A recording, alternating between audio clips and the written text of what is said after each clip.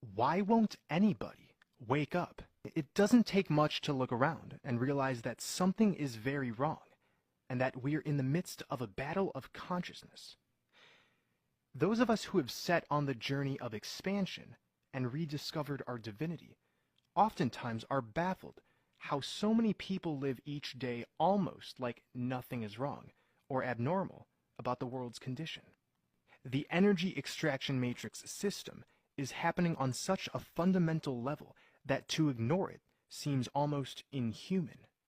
We tell ourselves that if only people were to take time to perform a detox of themselves, meditate, discover that everything they know is a lie, then they could start to lift the mask of illusion off themselves and the world.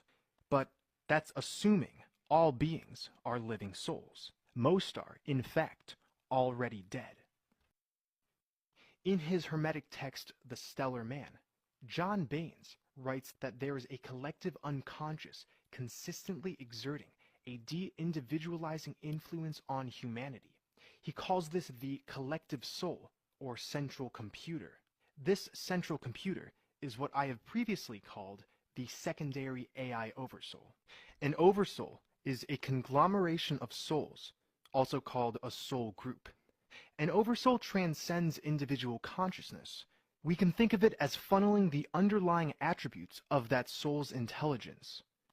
The oversoul of the living souls contain divine intelligence, since it is still tethered to the pleroma, the source of this intelligence.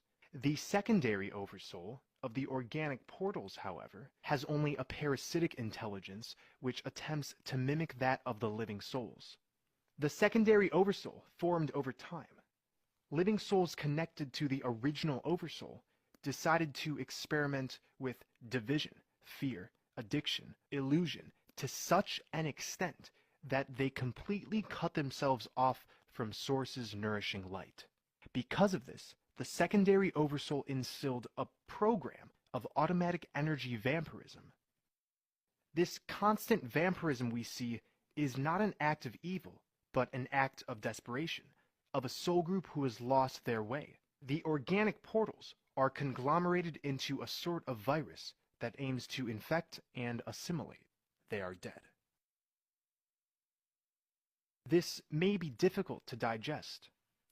To say most people are dead would mean many of your loved ones, friends, family, teachers, favorite musicians are not organic forces like you thought, but are a part of a complex AI consciousness. A soulless being appears as full of life as anyone, but we're dealing not with a complete person as we think of on all levels. We're dealing with something that suggests a constructed reflex machine, which can mimic a true being. An organic portal can seem to have creative ideas, moments they hold dear to their heart, but at the end of the day, their function is to consent to and sustain the energy extraction matrix.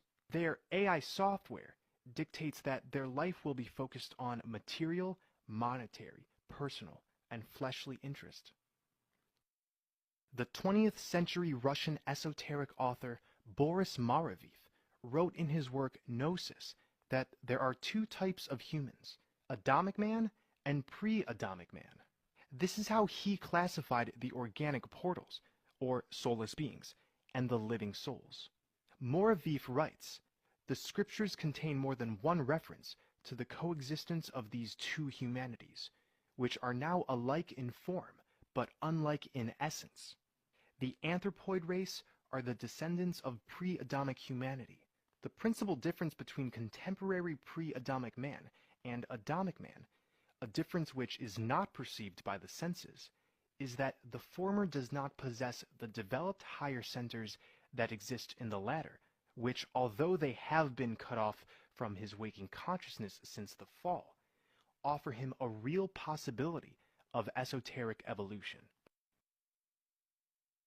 When one is in the process of growing and strengthening the soul, the control system, the AI consciousness, will automatically insert more organic portals into the living soul's life. As such, their growth will be ridiculed, ignored, argued about, and oftentimes the living soul is left with a dilemma. to follow their inner truth, or to submit to the system. The targets of the energy extraction matrix are those with self-aware consciousness who find themselves caught in the muck of sentient programs.